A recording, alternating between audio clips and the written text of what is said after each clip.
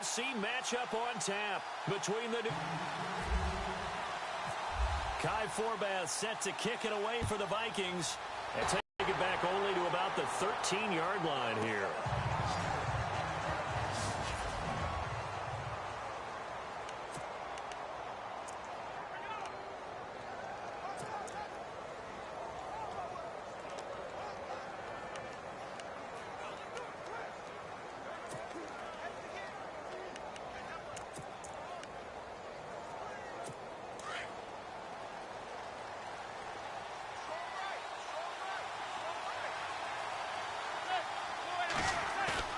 They go play action here on first down. Into heavy traffic, and it's intercepted. Picked off by Harrison Smith.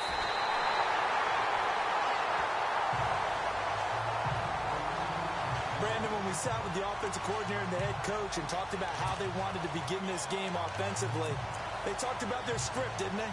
10 to 15 plays, the first 10 to 15.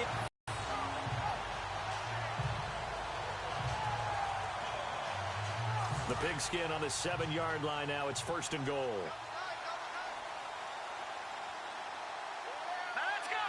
319! 319!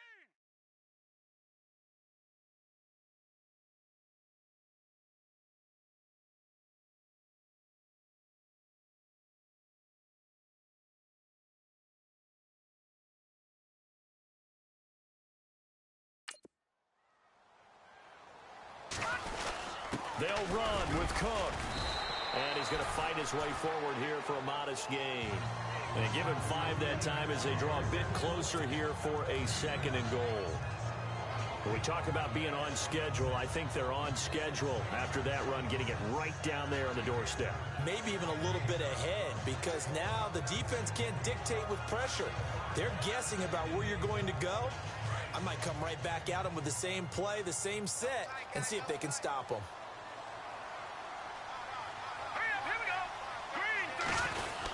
They'll run for it with Cook. And he pushes forward but comes up short of the goal line as he'll get a yard down to about the 1. His path became similar to almost running a stretch play, didn't it? Trying to find a crease, anywhere to put his foot in the ground and cut back. It just never materialized. They're knocking on the door as they come to the line here on 3rd and goal from the 1. Let's go! Blue 90! Blue 90! They'll run it. Here's Cook. And he will take this one into the end zone for a Viking touchdown. A great effort there. Taking it in from a yard out. And the Vikings have taken a first-quarter lead. But they decided to run it in and got it done on 3rd and goal. A lot of times, that's a passing play. And the kicker just has to come out for the PAT. He can breathe a sigh of relief as well, right? Although I don't know if he's really breathing a sigh of relief. I think he likes to put 3 points on his ledger. So they only needed 3 plays on that drive. And it's capped off by the touchdown run coming from Dalvin Cook.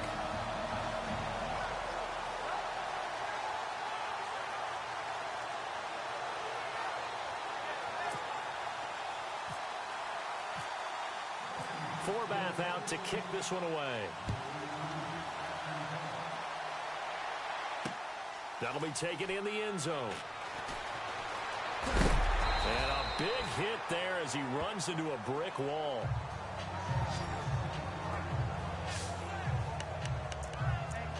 For the New York Giants, as their offense comes back out there, last year 3-13, and that was off from just a year being a playoff team at 11-5. They were 31st in total points, 31st in overall defense, so a lot of changes need to take place. They certainly do, and frankly, the 11-5 season masked the changes that are coming now because their numbers weren't that great in the 11-5 season. Somehow they found a way to win those key important games and accumulate a nice record. But you look at the underpinnings, and you'll see the cracks were already there, and they really got exposed in 2017. They'll hit the restart button and have a do-over. And the offense moving in the wrong direction here now as they face a 2nd and 12.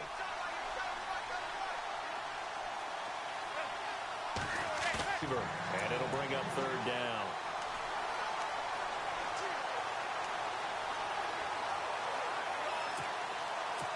And the offense looking to pick up the first down after the second down incompletion.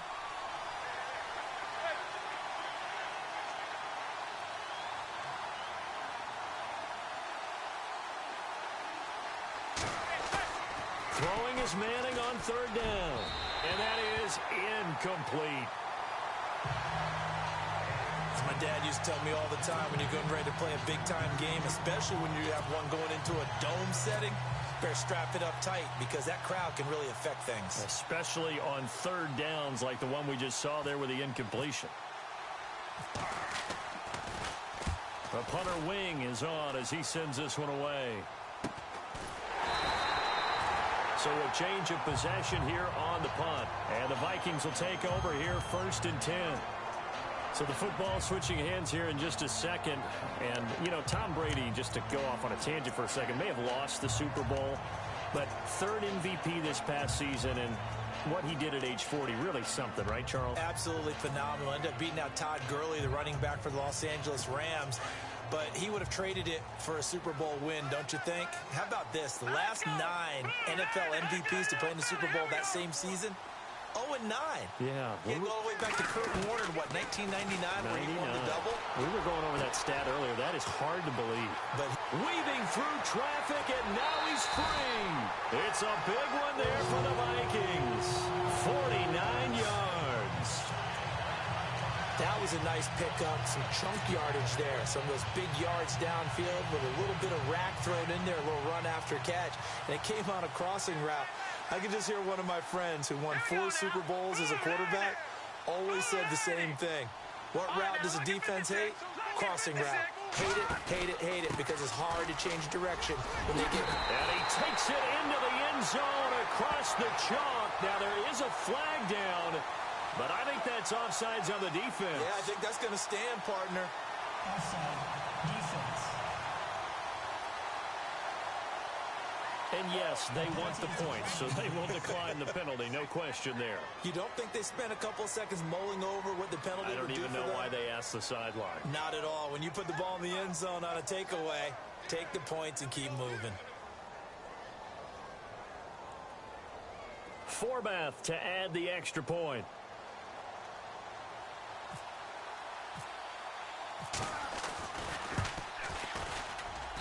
And it's good to make it 14-0. One play, 2 plays, touchdown. That's all it took there. A very short and sweet drive that got him in the end zone.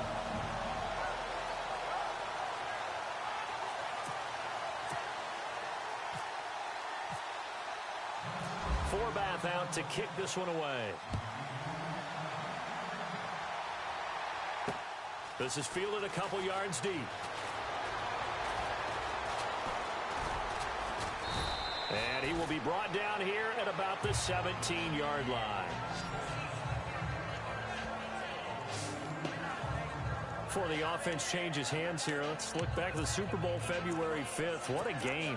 I know you were there calling it offensively, though. Impressive on both sides. It certainly was, and let's face it, if you're in Minnesota, it's cold outside, but you talk about the offenses, they heated up in a big way. And how about Nick Foles, the backup quarterback turned MVP, 373 yards, 3 touchdowns, and, of course, the big one receiving on the Philly special. Quite a story. And as you and I were talking about off air, it was just a fluid game, not a lot of penalties, just really clean play. Exactly the type of game the NFL needed.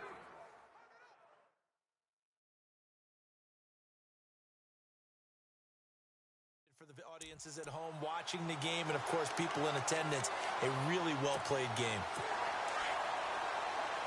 And the D-line pinching together must be expecting the run. Now Darquan. And he'll lose yardage here. Back at the 11, he goes down. It goes as a loss of 6. And now 3rd down.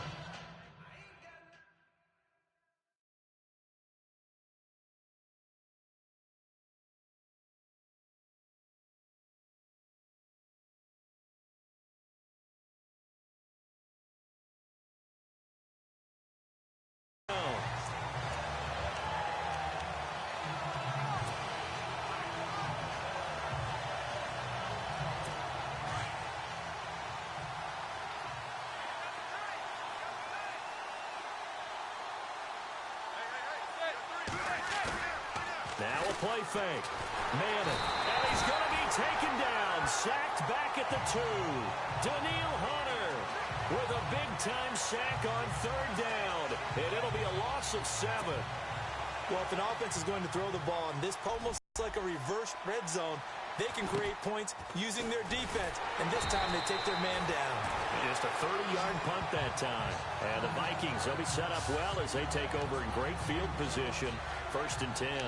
Well, before the possession switches here, I had written down that I wanted to talk about some of the awards this past season in the NFL. We know Brady was the MVP, but Todd Gurley, Offensive Player of the Year. How about that for a bounce back? Many were questioning whether he'd had a sophomore slump the season before. Didn't even get to 1,000 yards. Was a dominant force in 2017. How about his teammate Aaron Donald on the defensive side? He took home Defensive Player of the Year award. Yeah, very impressive. They had both sides of the ball. Sean McVay deserving, I think you would agree, of Coach of the Year. Yeah, definitely. I mean, what he did for the Rams when they went from last in the league in scoring to leading the league in scoring and winning a division title. And how about the New Orleans Saints? Rookie of the Year, offense and defense. Alvin Kamara on offense, Marshawn Lattimore on defense.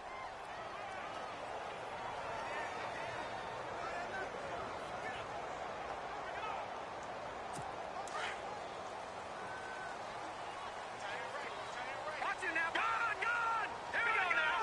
Green, 39. Gone, gone. Let's go. Lucky 56. All right, now, lucky 56. Keenum now on 1st down. Quick hitter here, it's complete. And he'll go down here at the 12-yard line. A good pickup there. 8 yards on the 1st down completion. On 2nd down, Cook. And he will score. Touchdown, Vikings. A great play there. Doing it again with his 3rd touchdown here in the opening quarter. And the Vikings find a way to stretch their lead. Well, Brandon, if we go back to our meeting with the offensive coordinator, he showed us his script. Didn't show us everything now. He said, here's the script for the game.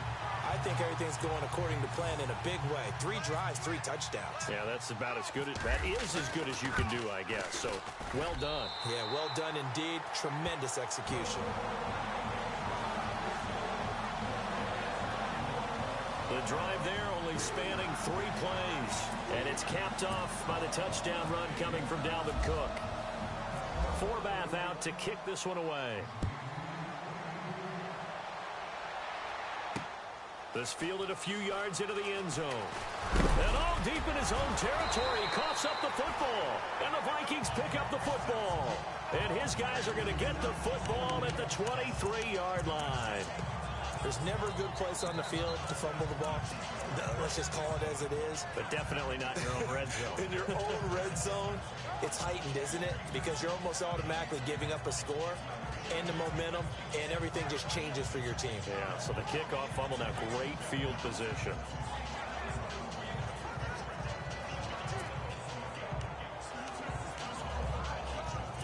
And a great spot to start this drive from here. Hey, tight end's right. Watch tight end. That boy's got 4. All right, here we go. Throwing on 1st down is Keenum. His throw caught right around the 6. That one good for 17 yards, and now they've got it 1st and goal. And he's the epitome of what we call the move tight end, a guy that you can line up anywhere, in the slot, out wide, in tight, doesn't really matter because he has such great skills. You want to utilize him in all aspects of your passing offense. And there he was in the slot for the catch. All right, here we go. 1st down, here's the run with Cook. And he'll get in. Touchdown, Minnesota. A great effort there. What is going on here? 4 first-quarter touchdowns. Unbelievable. And the Vikings are going to add on to their lead. And that rushing touchdown, his 4th, puts him just 1 shy of the NFL record in a single game. And we all know he would love to get to that record and even beyond it. But he doesn't need to in order to impress in this one, does he? What a performance. What an absolute great game that he's had here in this one.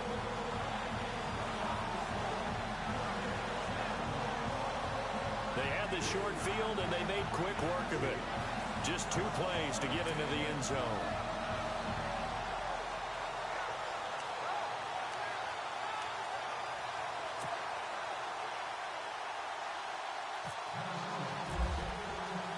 Forbath out to kick this one away. An incredibly short kick fielded way up there.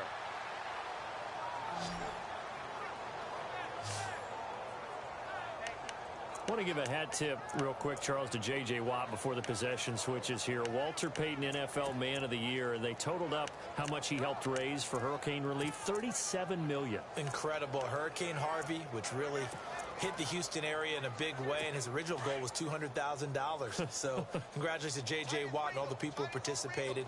And Greg Olsen of the Panthers, Benjamin Watson of the Ravens, both tight ends, also nominated and finalists for the most prestigious award as determined by the NFL, the Walter Payton Man of the Year Award. And he'll be taken down, but not before he gets into enemy territory. 17 yards on the pickup there. The drive will continue. It's a first down. Took him 5 tries, but he is able to complete that first pass of the game. And could you hear the exhale all the way up here? Not just from him, coaching staff, offensive line, receivers. Now he's off the schneid. Can they get him going in a nice groove where he becomes a little more consistent throwing the football? Because you missed those first 2, but you get up the 0 for 4 range. Alongside Charles Davis, I'm Brandon Gaudin, and it's the Giants with a football here as we begin quarter number 2, and they've got it here with a first down.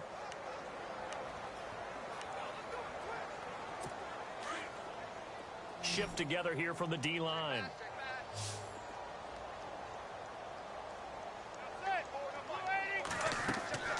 On first down, Manning, pressure, and he's going to be taken down. They sack him back right around the 44. Linval Joseph busting through to get him for a loss of 6. Well, the beauty of screen passes is they take a little time to develop, and they can often hit big, but sometimes they take too long to develop, and sometimes you get sacked. Yeah, what's perfectly called for a defense to attack a screen? Typically a blitz, and even though people think that... Oh, you saw that one coming. It's Inners. That's where the return stops. When a team's turned it over 3 times in the first half, we just look at the offense and say, guys, what are you doing? But instead, we really should be looking at the defense. They've created the takeaways. 2 interceptions, 1 caused fumble. They played awfully well swarming to the ball here in the first half. And now we move our focus to Stephon Diggs. Not only does he not have a catch, I don't think he's been targeted in this game, but they're winning. And if you ask a receiver of his magnitude, he'll tell you that it's because everyone is focused on him anyway. Okay, you've taken it away. No catches, no targets, but we're still winning.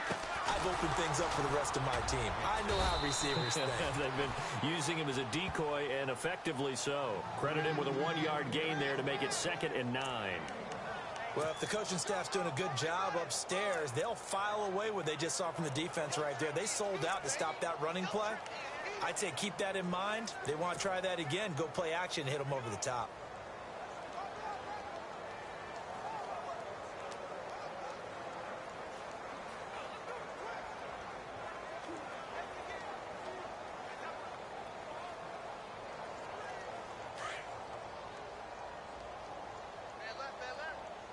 All right, now, lucky 56.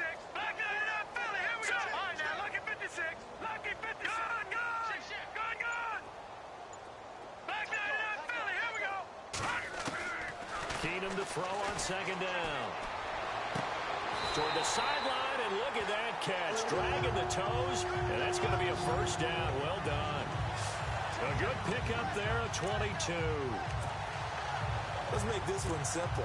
What a catch, especially the finishing part of getting his feet in bounds, toe tapping, and, of course, foot dragging. Little tapestry, if you will. Oh, I like it.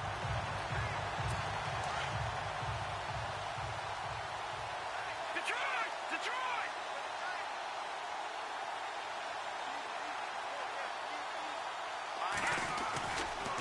Left side, Cook. And he'll be brought down, losing yardage back at the 40. A loss of a full 3 yards, and now it's 2nd down. Well, add that play to his resume reel because he went to the Pro Bowl last year. That's how you go to the Pro Bowl. You make plays like that, big-time penetration, and throw people for losses.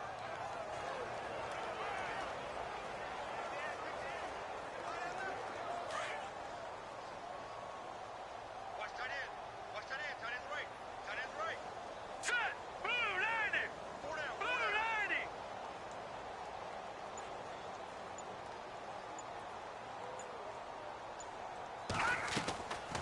On second down, here's Keenum. He's going to flip one out here to his running back. And brought down, but not before they're inside the 25. It's a pickup of 16 there, and it'll lead to a new set of downs. On 1st and 10, Keenum. He'll find Thielen, work in the middle. And on this one, he'll get to the 15, right at the 15-yard line. Give him 9 there on the first down completion. One thing I can say pretty safely, that route is not called if you don't have a guy who can throw the ball and put some mustard on it. Because if you're going to lollipop it in the middle of the field, bad things usually happen. It takes a strong-arm guy who can right foot in there, and they were able to successfully complete that one. And no escaping this time as he'll go down. They got him for a sack. Jason Pierre-Paul in there to make the sack. He buries him for a loss of 10. Sometimes I watch games and wonder why they use play fakes on certain passing situations because it's not going to fool anyone. I don't know if that was the case here, but the end result was the same. No one fooled. The quarterback was hit. They don't need to run another play here before the 2-minute warning. Let's see if they do it anyway. Green, 39. Detroit! Detroit! No, check. Patriot! Throwing is Keenum on 3rd down. And, oh, he is really laid out that time. Knocked flat on his back. They're able to convert on 3rd down, and that sets up a 1st and goal.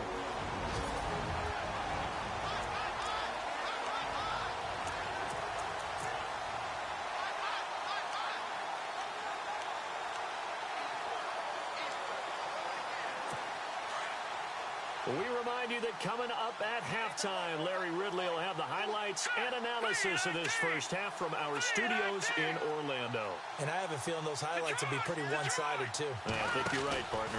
From the pistol, they run it with Cook. And they'll be driven back here, losing yardage to the 10-yard line. Now that's going to go as a loss of 6, and it'll set them back for 2nd down. Well, it's been the air game that's taken them down on this drive before they finally turned around and handed it off on the last play. And now they're looking for the big boys to get him in the end zone. Couldn't do it there. It'll be interesting to see. Offensive lines had to pass block a lot on this drive. Will they be able to revert? Rush coming, and he's taken down. Devon Kennard coming hard on the blitz. He dumps him for a loss of 8.